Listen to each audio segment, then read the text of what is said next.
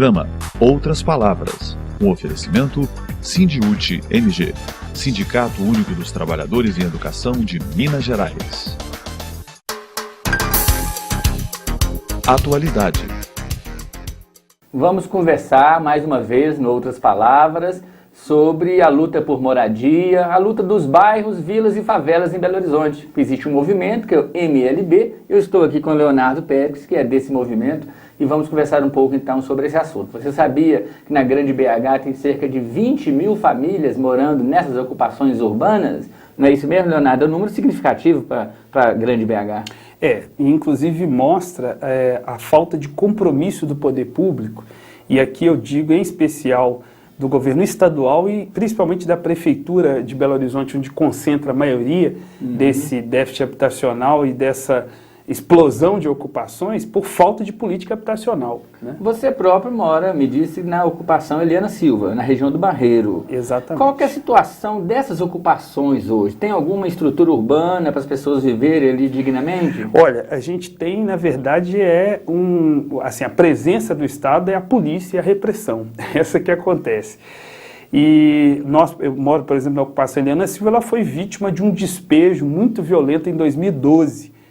Em maio de 2012, e a gente foi despejado sem alternativa digna nenhuma, e nós tivemos que fazer uma nova ocupação 3 meses depois, e lá estamos até hoje, tem mais de 2 anos que a gente está lá. Agora, eu já ouvi comentar muito pela própria imprensa, quando existem as ocupações, a prefeitura sempre alega que é necessário que seja feito um cadastro.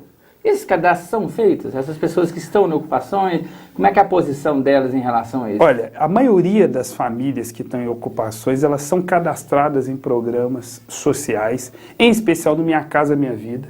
Agora, qual que é o problema aqui, em especial em Minas Gerais, e mais particularmente em Belo Horizonte? O Minha Casa Minha Vida não andou. É o maior programa habitacional que existe no país, tem suas debilidades, suas dificuldades. Agora, fundamentalmente, não andou aqui em Belo Horizonte. E por quê? Isso, acho, principalmente por falta de vontade política. E isso é um problema que acontece em vários lugares do país, mas aqui em especial é por falta de vontade política. Não é a falta de terreno, não? Não. Tanto que em um outro programa a gente já disse que tem estudo da prefeitura que diz que tem terreno para atender 330 mil famílias em Belo Horizonte, com um déficit habitacional que eles dizem de 65 mil famílias. Existe algum corpo mole por parte das construtoras? Porque às vezes a construção do Minha Casa Minha Vida é um valor menor do que elas estão acostumadas a faturar e elas não se empenhariam tanto. Isso acontece?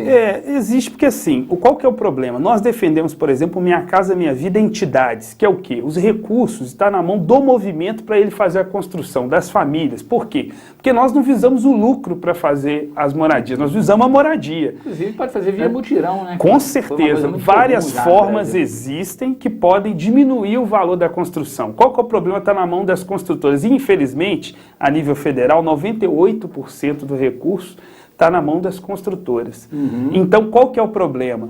Elas vão visar o lucro e aí vão fazer uma construção de baixa qualidade. Agora, como que está a situação das ocupações em Belo Horizonte? Eu sei, por exemplo, que tem uma mais consolidada lá na região do Céu Azul, da Andara, sim.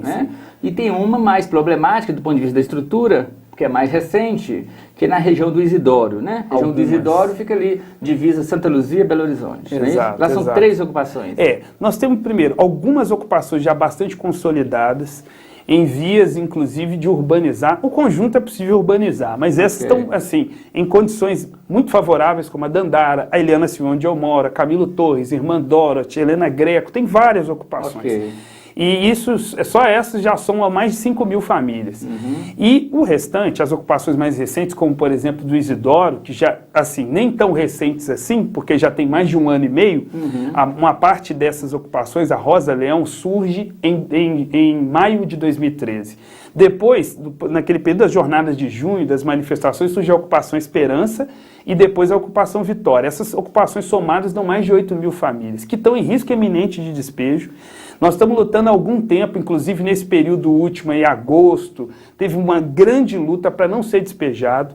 O governo do estado cessou o diálogo.